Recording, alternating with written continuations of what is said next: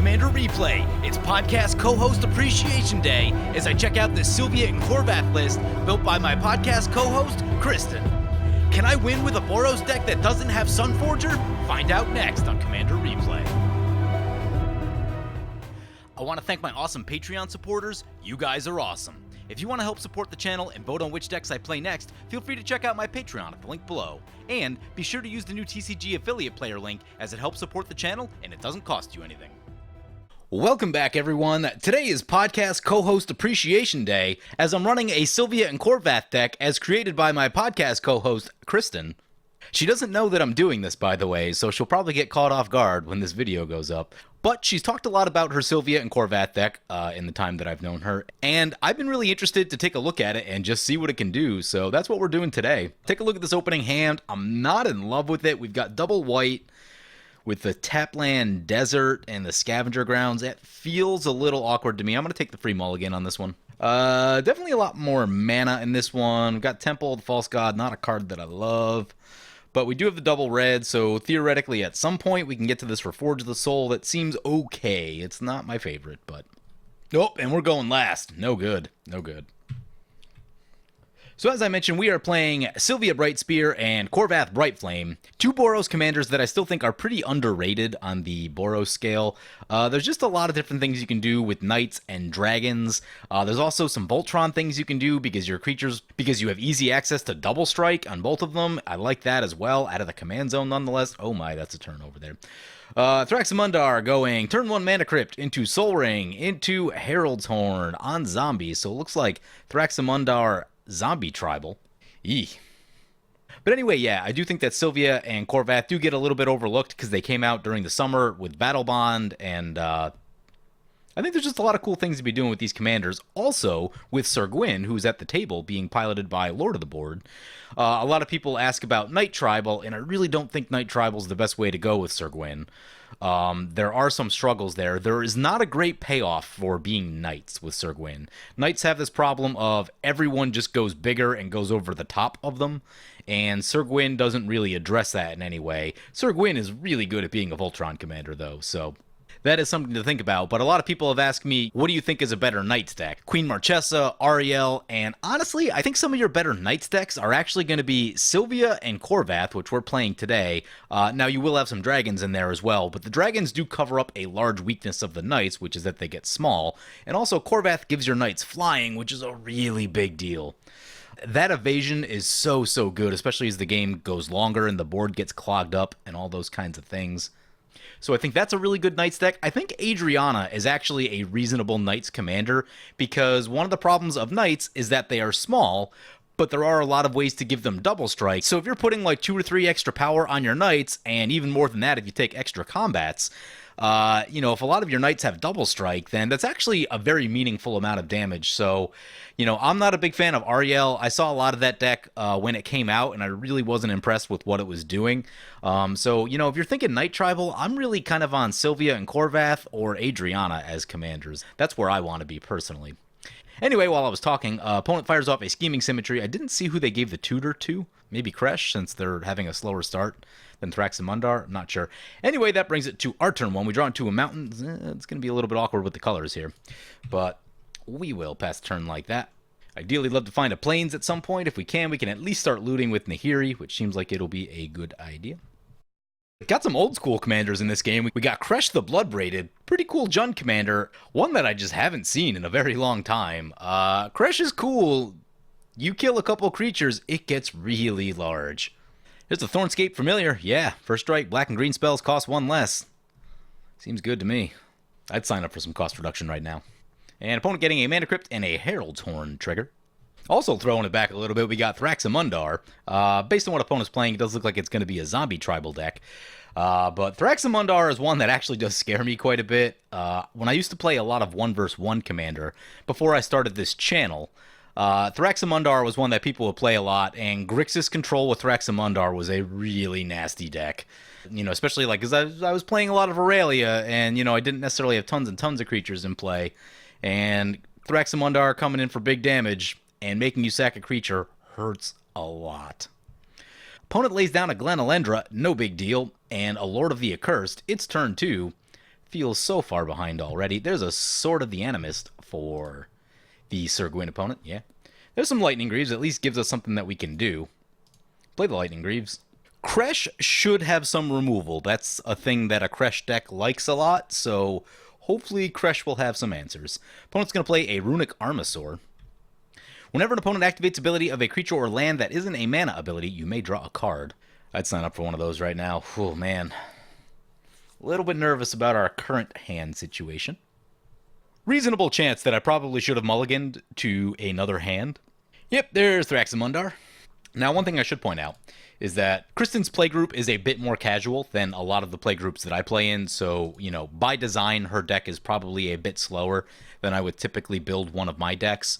It does sound like her group is fairly casual, so it's not going to be these blazing fast starts, it's not going to be fast combos and things like that. Me personally, yeah, there's a white land, alright. Yeah, I'm just going to go ahead and play the Desert of the True. We need to get that white mana going. Next turn we can get the Nahiri, and reasonable chance that I might start looting some things away to see if we can improve our situation here. But anyway, yeah, so a lot of the groups that I play in, especially my Thursday night group, that's the really competitive group. And that's where you're going to see, like, Tier 2 CEDH or things that are, like, near CEDH. Just, you know, turn 6 fast combo kind of stuff. But even when it's not that, even the other decks at that shop, the quote-unquote casual decks, are still on the strong side. You're talking about decks that are probably still an 8. There's going to be a combo finish in there, even if it's not the primary plan, so you really do need a lot of interaction. You do need to be quick. And, you know, as a result, I build my decks differently because of that. Like, I really run a lot of mana ramp in my decks now. Also have to run a lot of removal. When you run a lot of mana ramp and a lot of removal, that means you got to cut from somewhere. A lot of times that's creatures, so I've been running a lot less creatures when I play with that group. But there's another shop that I play at that is a bit more casual, where you're going to find more 6s and 7s, and I don't get there quite as much as I used to, but I don't know, for me, based on like a Twitter poll that I did this past year and my general feeling on things, I think even the quote-unquote casual player has made their deck stronger.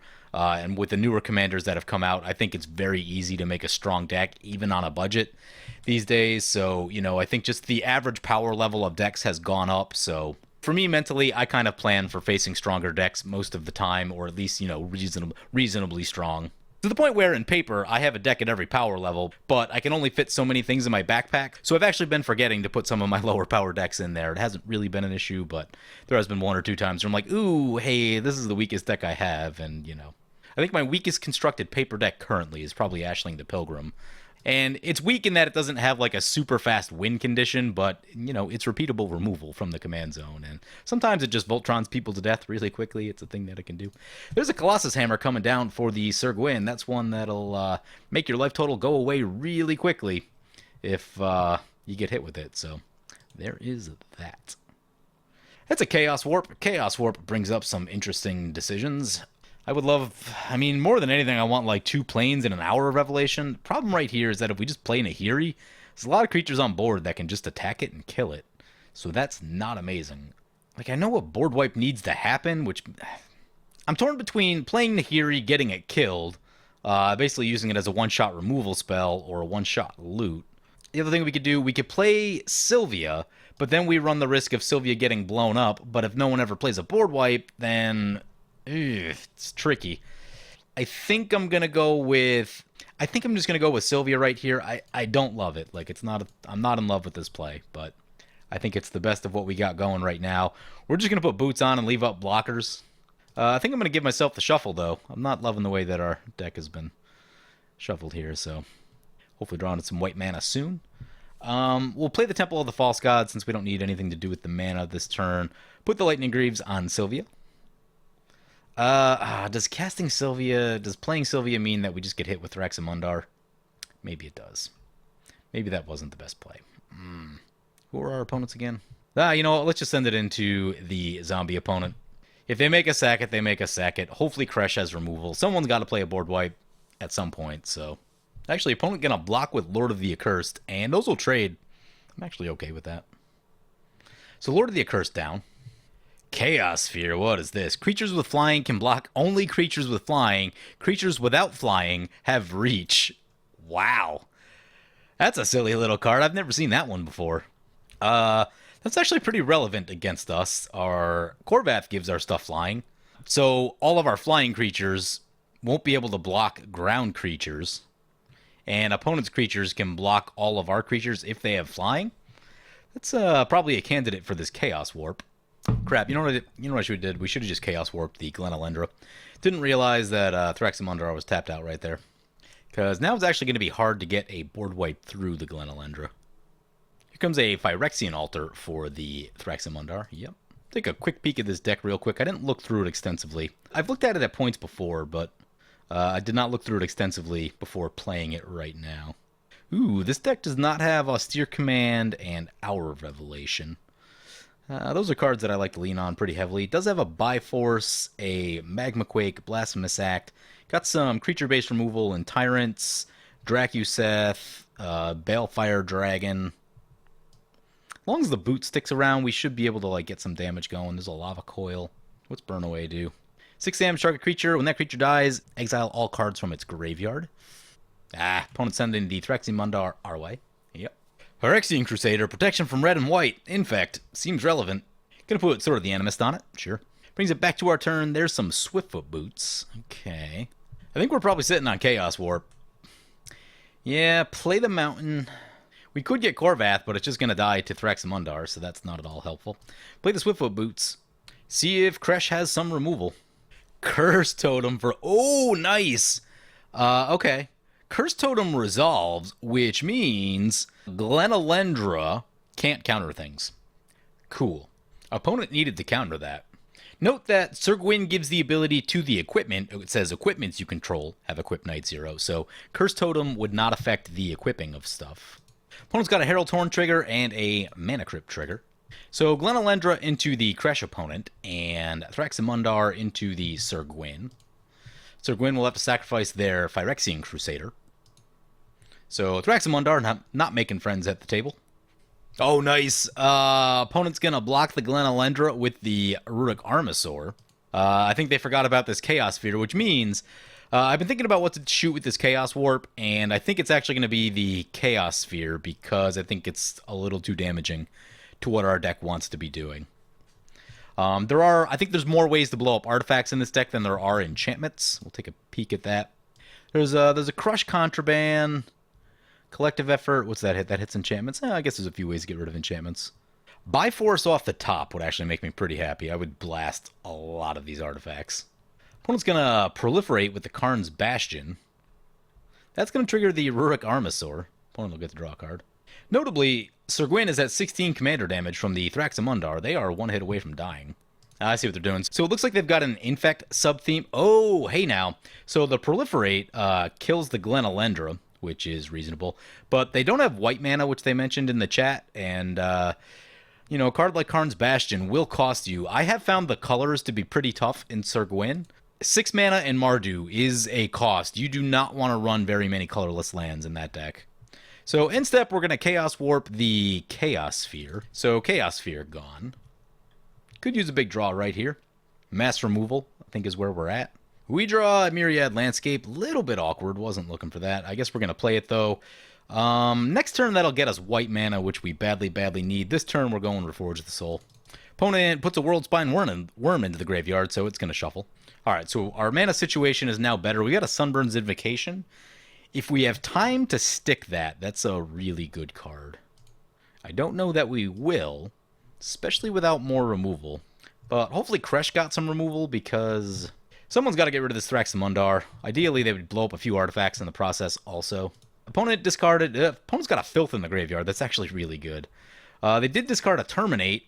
Oh, yep, we could have definitely shot the boots. That's the thing I was thinking about. Perilous Forays, that's a good one to get rid of. Avenger of Zendikar is a good one to get rid of. Fling. Somehow, it appears opponent missed the land in their 7 cards. Seems not great. Opponent accidentally passed their turn, is what they did. So they discard Arena, the Herald's Horn and Mana Crypt triggers. Opponent's at 38. I don't think they've lost a Mana Crypt trigger. That Mana Crypt came down on turn 1. Oh, that's annoying. They should be into the 20s at this point. Uh-oh, that's a Rooftop Storm. Bet that's part of a combo. I guess even if it's not, still just slam a bunch of zombies right here. Here's a Kindred Discovery. That's also a good one. Play a zombie, draw a card. Rinse and repeat. Yep, here we go. Nightscape familiar. Draw a card. It seems like it. Unless they got more they want to do in the second main. There's a Sunforger in this deck. Oh, no Sunforger. Oh, man. It's going to be tough finding all the removal we need. It is going to be tough. Thraximundar in our way. Yep. Opponent will force us to sack. We have no creatures. Kindred Discovery will trigger. They'll get to draw a card. Being that Syr Gwyn's now going to survive, I hope they run into like a white board wipe. Although they all require multiple white sources, and opponent has 0 white sources. Opponent's going to Artifact Mutation the Herald's Horn. That's not the first one that I would have gone for. The Altar, I believe opponent's 1 zombie away from the combo, if I'm not mistaken. Rooftop Storm, Phyrexian Altar, and what, Gravecrawler? You get infinite Storm off of that. Opponent plays a Tournament Grounds that does get them access to white mana, but without a way to stop Thraximundar. Don't know how useful that's going to be. There's a Hakon. That helps. Opponent's doing the Night Tribal thing. Opponent's got a couple Knights in the graveyard, so they can play a few things, theoretically. Oh, they played that from the graveyard, because you can play it only from the graveyard, so good for them. So yeah, they can play Knights from the graveyard now. Going to play Inspiring Veteran. Going to put Sword of the Animist on the Hakon. Yep. Opponent said they misclicked when they shot the Herald's Horn. Yep. That's the type of stuff that can cost games. That's a Cleansing Nova. That's exactly the card we want. So artifacts and enchantments, we would lose both of our boots. Not amazing, but it's going to hurt everyone else way worse. Yeah, I think we're doing it. Cleansing Nova. Destroy all artifacts and... we need a second white source. We have one in hand. Cool. Let's play the Command Tower first. Let's cast the Cleansing Nova and get rid of all the artifacts and enchantments. Make sure we didn't misclick. So, artifacts and enchantments down. Everyone losing something there, but Thraximundar getting it pretty good, because multiple combo pieces getting shot down right there. That's a pretty big deal. I feel good about that. So, I think now... now's going to be a good time to crack the Myriad Landscape. We'll get the mana going, and next turn we should be able to set up for some fairly large plays, I think. So get ourselves 2 planes, and we'll pass a turn like that. Now, there is a little bit of damage on board. Would not mind seeing a board wipe out of the Kresh. That would keep our life total nice and high. Although, Thraximundar has definitely been the threat, so, I don't know if anyone other than Thraximundar would attack us, but we'll see. Opponent's going to put a Pattern of Rebirth on the Ruric Armasaur. When an enchanted creature dies, that creature's controller may search their library for a creature card, put that card onto the battlefield, and shuffle their library. So, essentially, Natural Order as an enchantment. It's pretty good. That'll probably keep Thraximundar from attacking over there, because you don't want to find out what the biggest creature in their deck is. Here comes Lightning Greaves for the Thraximundar. Oh, we just got rid of all the artifacts and enchantments. Now, one thing about Kristen's deck that is not typical for my decks is that she has a lot of graveyard removal in there, and there will actually be ways to exile some of these combo pieces, which would be ideal, being that this is a zombie deck. Opponent's going to swing over to the Kresh opponent. That seems like not a great idea. So, Ruric Armasaur will die, and they'll get a huge creature out of it. Oh, yep, there's that World Spine Worm. Nice. Ooh, nice. Opponent's gonna use the World Spine Worm, block the Thraximundar down. We can do some things now, I think. Now with Thraximundar being out of play and a giant worm being on board. Here comes Midnight Reaper back from the graveyard. Yep, opponent down to 13. 16 commanders still. Gotta be careful with that Midnight Reaper. Card draw is good. The damage to you is not. Also, just killing Hakon will make them lose 2 more life. Phyrexian Crusader into play. Back from the graveyard. And the pro-red, pro-white, Infect. All pretty scary. Opponent going on the attack, sending Hakon into the Thraximundar. Yeah. Collective effort, you say. Destroy target creature with power 4 or greater. Destroy target enchantment. Put +1/+1 counter on each creature. I don't feel like we're the threat from the World Spine Worm. So I think I'm going to go Sunbird's Invocation. Play the Rogue's Passage, get Sunbird's Invocation. Going to play the Valiant Knight. Hopefully we can get a little bit of value right here with the Sunbird's Invocation. Value indeed. Solemn Simulacrum. I will take it. So that gives us 2 blockers now, and more importantly, one that I have no problem throwing in front of a Thraximundar, a Hakon, can block the Phyrexian Crusader.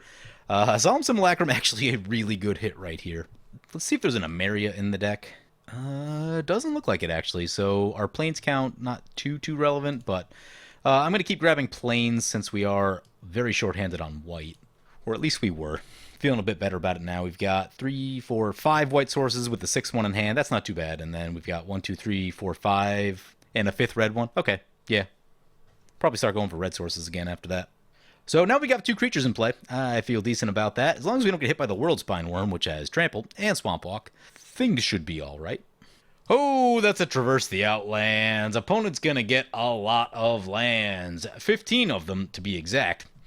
Search your library for up to X basics, where X is the greatest power among creatures. That is X15. Ooh.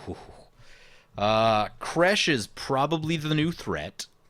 Unless opponent plays a D-Spark before this Traverse the Outlands resolves. So now it's going to go to X1. Very nice. Alright, so that's going to do a lot of good things right here. 1, that's going to probably foster some bad blood between our opponents. And 2, that's going to get rid of a World Spine Worm. And actually a third good thing in that opponent's not getting 15 lands into play. That's all good news. I like all of that. That was a really clutch D-Spark right there. That's a card I've kind of gone back and forth on, especially if you have Mardu colors, because you have a lot of removal in Mardu.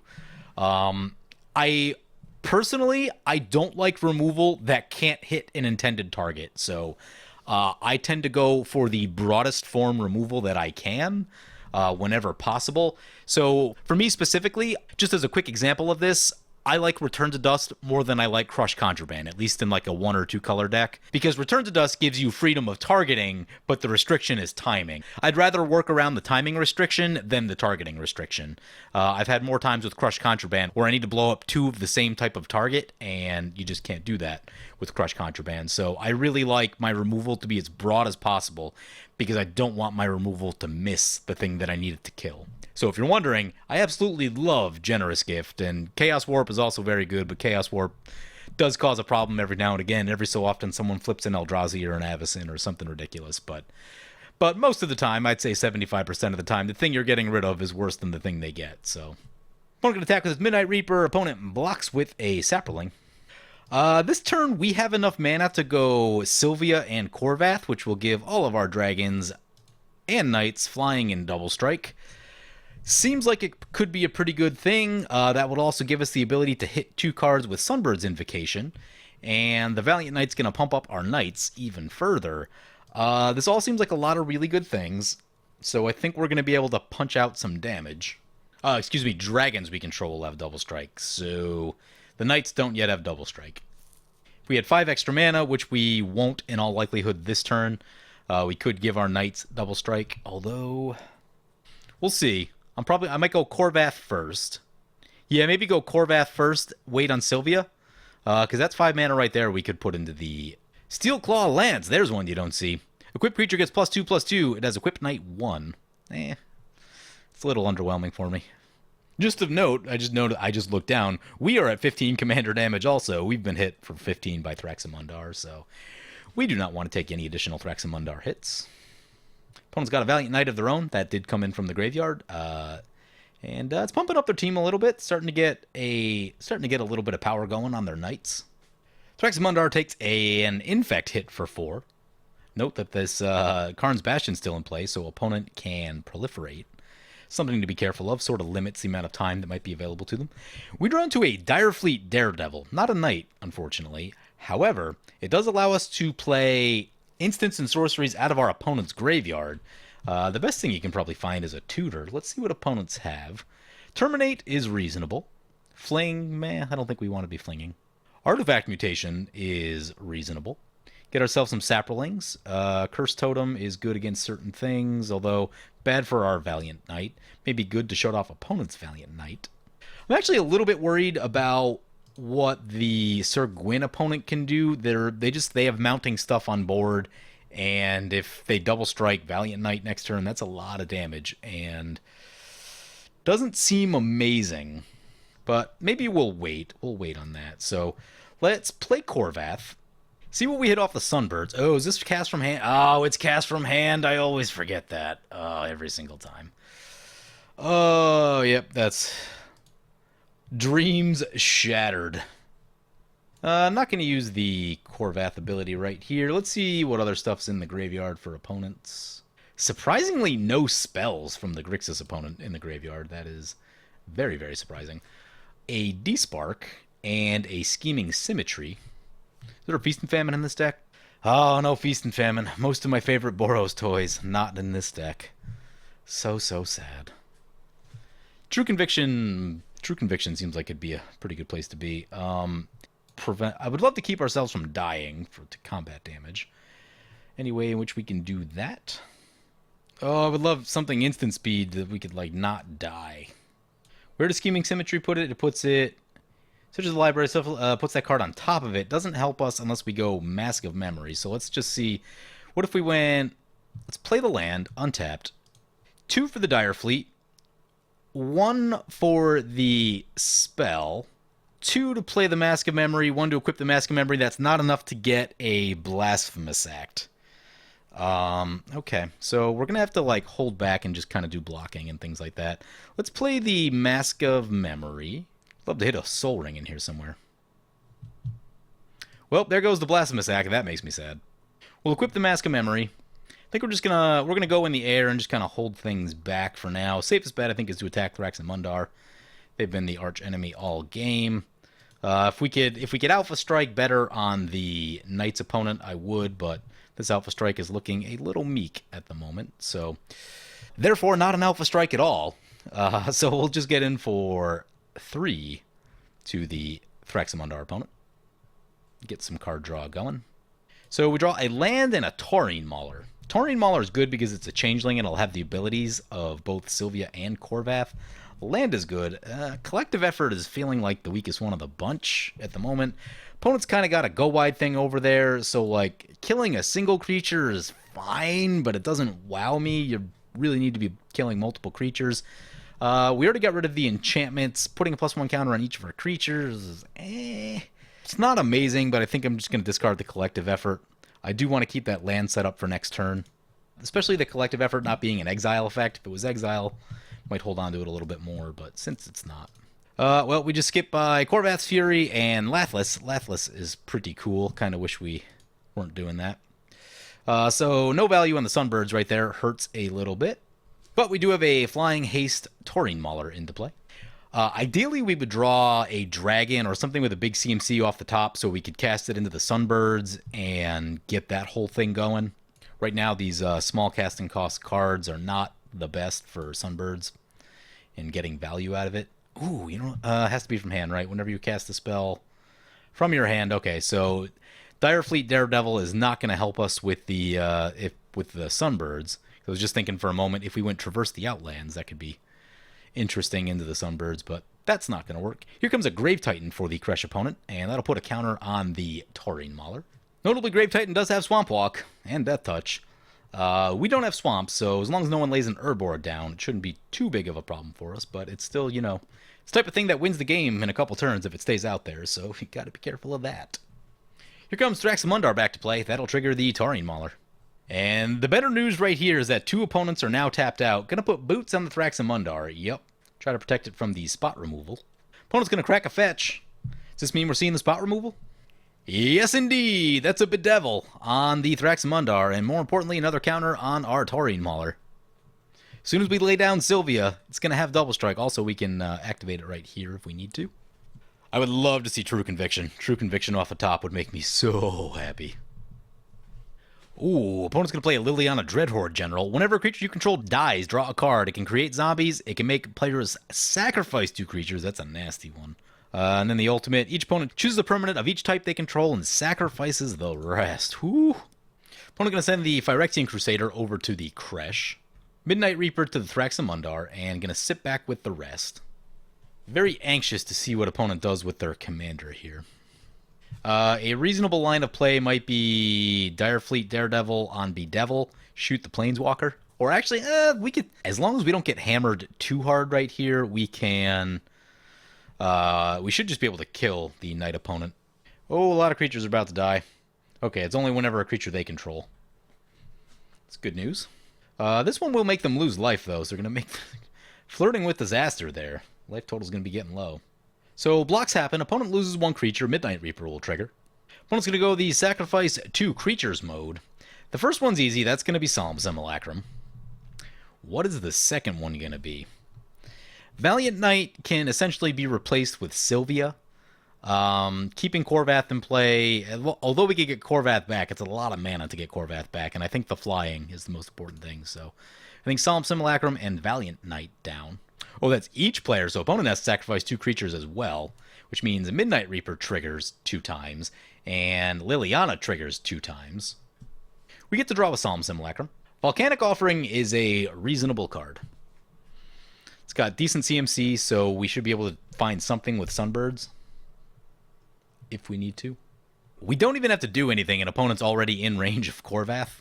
I'm hoping they tap out their mana and don't blow up any of our stuff. Here comes the Phyrexian Crusader back to play. We will put another counter on the Mauler. Back to 7/7. Oh, opponent's got 1 white open. Oh, that's frustrating. We could Volcanic Offering first, just to be sure. Or we could send 2 creatures is another thing we could do. Oh, can you use that 1 to equip? All right, we are good. Life is good. There's a Field of Ruin. Guess we're not hurting for the mountain, so play the Field of Ruin. Play Sylvia. Get a partner trigger. No need. Opponent does have the best available card with Scheming Symmetry right there, and I'm very tempted to actually, yeah, I think I want to do that. That's a straight up tutor, and that seems really good. And that is definitely the best option by far, so let's go ahead and do that. Play the Direfleet Daredevil, get a Sunbirds trigger. Balefire Dragon going to the bottom. Unfortunate. Grab Scheming Symmetry. Ooh. We have to be careful we have to be careful about how we do this, I think. Choose the Knight opponent and choose ourselves. Play Scheming Symmetry. I think I'm just going to go for the True Conviction. That's what kind of keeps us alive through a lot of stuff, I think. So, great finishing card. So one thing we don't want to do, we do not want to cast the Sword of the Animus right here because that will shuffle our library, or it'll trigger the Sunbirds and do all the stuff, and it'll get us past the spell we just tutored for. So we definitely don't want to be doing any of that. Now everyone's tapped out. I feel pretty good that all this is going to work. So send Khorvath into the Knight's opponent. Make sure that they don't have any blockers or anything. Make sure this is in fact still flying. It is still flying. Just to be extra safe, send the Taurine Mauler into the Thraximundar, and Sylvia, I guess, also into the Thraximundar. They were definitely a menace early in the game and still have the ability to be a menace now. But if all this pans out, we're going to get a double strike hit with Mask of Memory, and that's going to be really good. So there's the first hit. Mask of Memory will trigger. Draw that True Conviction. Oh no, oh my god, we just discarded the True Conviction. Well, we drew a Glorybringer. That's a cool card, right? Oh, man. That was a misclick. Opponent goes down. Hopefully that doesn't cost us. Draw with the Mask of Memory. We draw Cavalier of Flames and a Secluded Step. Interesting. How many lands are in our graveyard, just out of curiosity? Only 1 land in our graveyard, so Cavalier of Flame dying is not, like, super threatening in the way that you hope it might be. We're going to discard the... Did we already play a land this turn? I'm not sure. Discard the Secluded Step, I guess. I can't believe I pitched the True Conviction. Oh, man. Misclick. We did, in fact, already play a land, so maybe I wanted to keep the cycling land right there. But we do have this Volcanic Offering. Maybe it's a good time to just fire that now, get rid of this Grave Titan. Yeah, I think I like all that. Yeah, that seems like it'll work. So, Volcanic Offering, shoot the Grave Titan. We'll do it before opponent goes to combat, just to see if they play anything else, but... And that should also keep opponent off of Thraximundar mana, which I like. Here comes Kresh into play, so with that on the stack, we're definitely going to want to shoot the Grave Titan.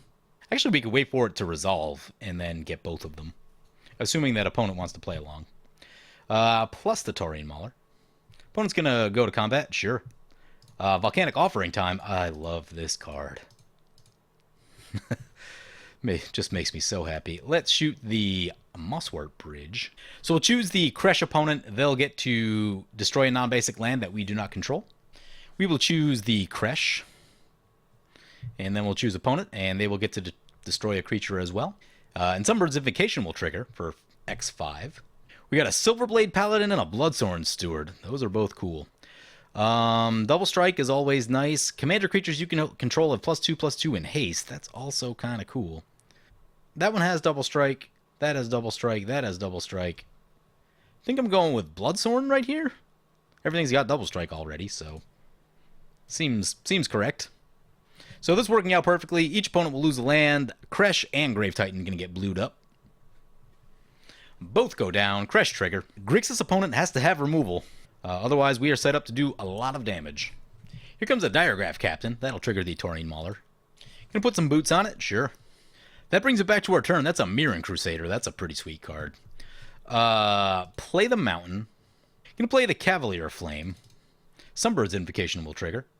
We have to be careful of a Cyclonic Rift right here, actually. Oh, okay, opponent's got a Mana Drain. They're going to Mana Drain the Cavalier. That's probably a pretty good idea. That Cavalier has Team Fire Breathing on it, and that's Team Fire Breathing is really strong. Opponent's now down to 6 mana, though, which means no Cyclonic Rift, and I feel pretty good that we can send an Alpha Strike into him. So that resolves. We get a Sunbird trigger. Hopefully we can get something off this. Still get some value out of it. There's a Soul Ring I've been looking for all game. Ooh! A regular cohort with both commanders in play is really good. Scale Lord Reckoner is also good, too. We don't have a ton of dragons right now, so I'm going a regular cohort. So, because this is a changeling, it'll get Double Strike from Sylvia and Flying and Haste from Khorvath, and that's a lot of good abilities, plus the fact that it makes a second body when it comes in. It's pretty good stuff right there. So I wasn't going to play Glorybringer initially, I was going to leave up mana, but now that the Rift shouldn't be there, I think we just slam Glorybringer. Maybe we overcommit, go for the Mirren Crusader too. Sunbirds will trigger. Maybe we'll leave one back just in case. Oh my, that's a mirror entity. And a Biforce. Get the mirror entity. We don't have enough to make it like super impactful this turn. Although actually it turns that into Flying and Double Strike. Those are counters. Ooh. Actually, it would be an increase in damage. I think we're good with that. Let's go to combat. That's 10 power. That'll be 20 damage. If no removal, this will be lethal on the Kresh opponent. And then I think most of the other things at the Thraximundar opponent.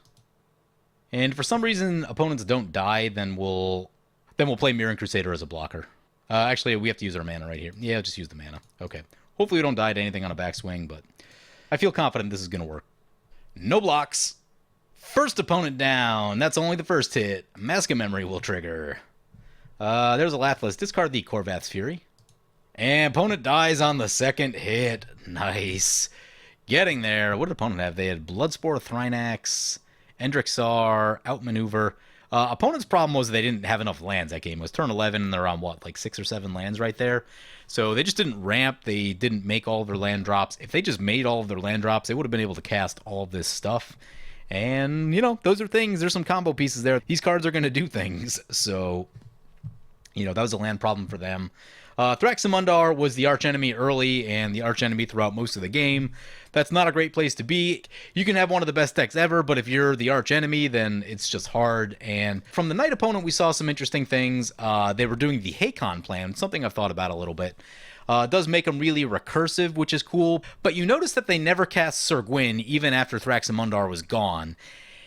If you're playing a lot of Knights, Syr Gwyn doesn't really reward your Knights all that well, other than putting equipments on them. So once the equipments were gone, there wasn't really a reason to cast Syr Gwyn. So that's one of the reasons that I haven't been huge on it as a Knight commander, and that's why I'm saying if you really want to go Knights, Sylvia and Khorvath is probably a much better place to be than Syr Gwyn is, honestly. Syr Gwyn really lends itself to Voltron, So just a few thoughts on Kristen's deck, some things that I would probably change. First and foremost, she plays in a different meta than I do. It is much more casual. So we don't see things like Sunforger and Feast and Famine, and that's intentional to keep the power level of the deck down a little bit. And also she's told me on a few occasions that sometimes she just likes to branch out and play decks that don't have those cards. I personally go the opposite way on that and only play decks with those cards. So that's just a personal preference thing right there. But a few other things. I felt like we were very slow at the start. We were having some color issues also. I'll start with the mana. Obviously, fetch lands help, but they're very expensive. Decent number of multicolor lands. We got the Clifftop Retreat. We got the Boros Guildgate.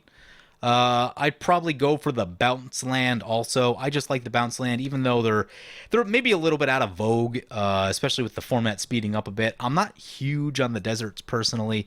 It was okay. I mean, it didn't hurt us at all, but for me, I've never used the cycle lands that much. I'd rather just go for more basics and have them come in untapped, quite honestly. That's maybe another personal preference thing. I'd rather draw the land late and try to loot it away with Mask of Memory or something like that, or get rid of it with a wheel. But have it come in untapped early in the game. That's a thing that I like a lot.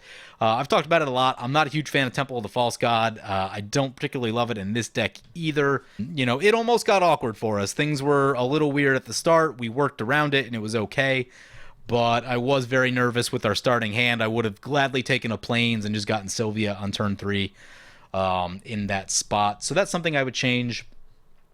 Another thing that I'm noticing, a lot of 5-drops right here. For all the decks that I've played, the trend that I've noticed for any non-green deck, I really don't want to go above 10 5-drops, and most of the time I'm actually happier around 7 or 8. And one of the reasons for that is, when you look at a 5-drop and a 6-drop, when you compare them, the 6-drop is usually way more powerful, but when you think about the number of 5-drops and 6-drops you can cast in a game, they are about the same. There isn't a significant difference. Like, if you're able to cast 2 6-drops in a game, that still means you're only able to cast 2 5-drops as well. And I get that you can do, like, other things in there too, but the amount of power between 5 and 6 drops, you really notice a big power spike at the 6 converted mana cost slot. So I try not to get too bulky in the 5 converted mana cost slot, so I would personally cut a couple cards right here.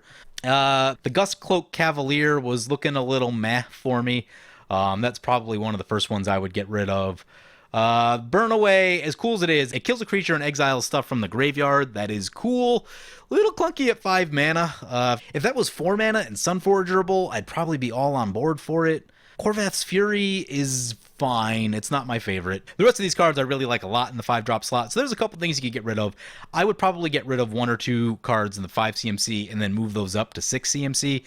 Notable cards that are missing are Hour of Revelation and Austere Command. Austere Command, definitely a must all the time. She mentioned it somewhere. I think she either ran out of copies or it was just an intentional choice, again, because it's a card that you just run. Like, it's just like an auto-include in every white deck, so if you're trying to play something that's just a little bit different and look at some different card choices, then obviously I get it. But early in this game, I was definitely, like, clutching for, like, I really need an Austere Command right now. Luckily, Cleansing Nova filled that same role that we were really needing. Cleansing Nova is several dollars cheaper if you're worried about a paper budget. So that's something to consider as well. I think Austere Command was around 5 or 6 last time I looked, and Cleansing Nova I think is like $1.50 or something like that. So, you know, if you're on a budget, Cleansing Nova is a very reasonable budget replacement. But yeah, getting back to it, I would probably add... The deck seems like it's missing a Fog effect. And even though I'd probably still add a Sunforger, I've kind of learned my lesson about playing Boros decks that don't have Sunforger, and the lesson is this, is that inevitably you'll get into a game somewhere and it'll get late into a game and someone will play something nasty and you're like, oh, I need to get rid of that. And if you have Sunforger in play, you have access to all of your removal, which is, you know, just amazing. And sometimes even just to have Sunforger has the ability to have access to all of your removal, because it means you don't need to run more removal. You can now cast all of the removal pieces in your deck, so even if it's not that many, you still have a good chance of getting rid of the thing that you really need to get out of play. So, you know, that's a thing. Otherwise, I thought the creature choices in the deck are top-notch. I probably wanted to see a little bit more ramp. I don't know if it was just a situation of we missed all of the ramp. Take a little peek at that, see what that's looking like. That very well may be the case. So there's 2 pieces. Okay, yeah, so it looks like she's got 10 pieces of ramp in the deck. It's just the case that we missed all of it until much later in the game. So, you know, sometimes you just run into bad luck. And that's why I've been running, like, north of 10 pieces now. A lot of times I'm up around, like, 12 with a land tax and a tithe or something like that. I've been really running a lot of mana production in my decks. And especially in a deck that's going to have a slightly higher curve with the dragons, you can make this a very high curve deck if you want to. My initial draft of this deck had like a ton of 6-drops and it was just like all 6-drops. So, you know, if you're doing something like that, then yeah, you're obviously going to want more mana ramp so you can, at some point in the game, hopefully cast 2 creatures in a turn. But so yeah, the ramp was good. I might still, you know, personally, I might still add another card just to really make sure you're hitting something. Worn Power Stone or a Thran Dynamo, always a good time. Especially if you have those bigger things, it helps you get to them a lot quicker, so I like those. And yeah, the other thing I think this deck is missing is a Fog effect. I was really worried about the crackback through a large portion of this game, so Pick the fog effect that you like. I'm a big fan of Comeuppance. Some people like Settle the Wreckage. You don't see it as much anymore, but Selfless Squire is a really cool one. Another one you don't see as much of these days is Dawn Charm, but Dawn Charm is still fantastic. You can also protect one of your things if you need to. So yeah, I'd like to see a fog effect somewhere, some sort of protection, maybe a Thaumatic Compass somewhere. I think a Thaumatic Compass nice and early for us would have been good too, and, later would have given us protection against something big. Faithless Looting isn't my favorite in a deck like this. I've been using it a little bit more in like some combo decks that I've been working on, but for the most part, I'm not a huge Faithless Looting guy. Personally, I would probably go Light Up the Stage or Commune with Lava instead as like an additional card draw kind of thing, especially since there's not really like Reanimator-y stuff going on in this deck. If you got more Reanimator stuff and you're making good use of your graveyard, sure, Faithless Looting, but I prefer Light Up the Stage, Commune with Lava just a little bit more. Take a look at the removal real quick. What do we got for... There's a removal dragon. What's the Despot do? Oh, that's card draw. That card draw is cool. Card draw is cool. Removal dragon. Okay, so here's what we're looking at for removal. We got Blasphemous Act, Magma Quake, Cleansing Nova, Volcanic Offering. That makes up the board wipe section of things. So that's 4 board wipes. And then we've got Burn Away, Lava Coil. Notably, these are both exile, so graveyards are a problem in her meta. She also has a main deck Rest in Peace, so she's got graveyards to deal with. So I understand those choices. I really wish Burn Away was just 1 cheaper. 5 mana is so much for that effect. We got Swords Path, classics right there. We got Byforce, blow up all the artifacts. And then we got a lot of removal from our creatures. We've got Horde Smelter that can blow up artifacts. A little bit pricey, so it's got to be... You're probably not going after Mana Rocks with it unless you have just a lot of open mana. Perhaps if you had a Feast and Famine in the deck and like Double Strike from Sylvia, then you get that middle untap that's hard to use. Then you can really take advantage of the Horde Smelter with that and just wipe everyone's artifacts. In addition to the fact it will get huge if you do that and potentially kill a player.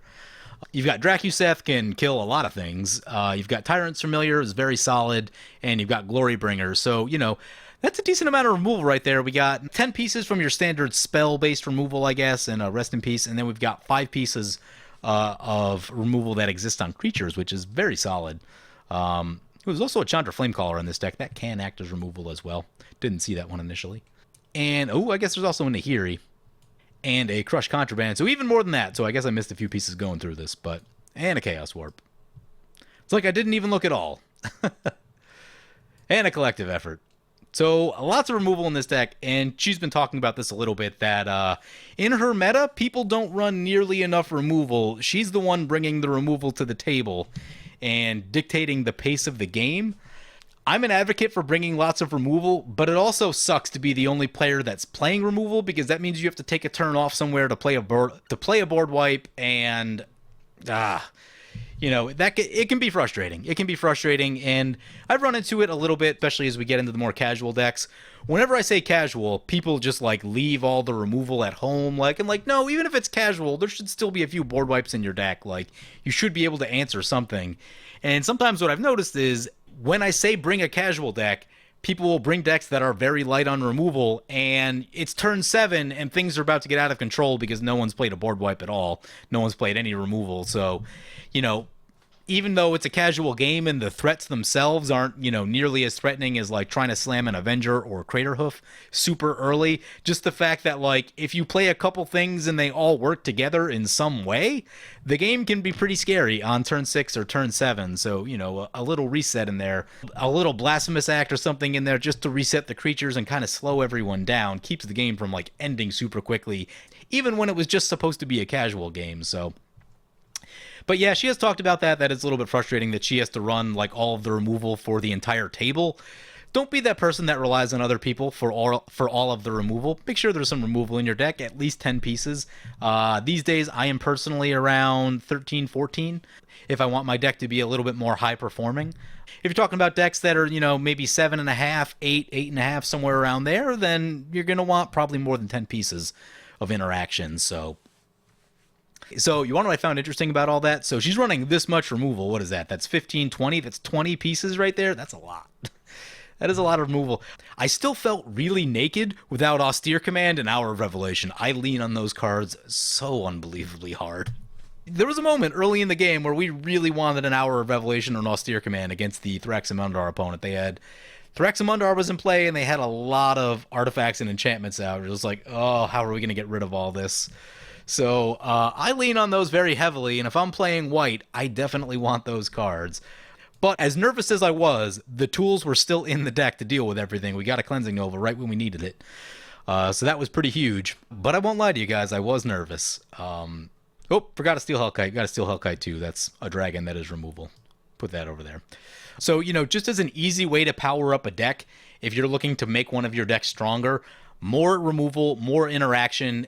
So, yeah, it's really interesting if you're getting run over by something a lot, especially some sort of like creature-based deck or deck that uses a lot of permanents to combo.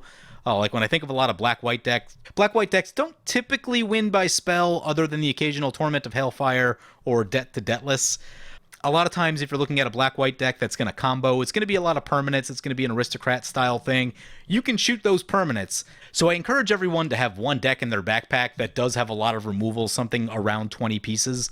It creates for some more interesting dynamics rather than the first one to hit their combo wins the game. So that's definitely something worth having. I always like to have one high removal count deck in my backpack if I can, just so I know that someone just doesn't win on turn 6 or turn 7 the second they put two pieces together and have a thing. So anyway, trying to wrap this up.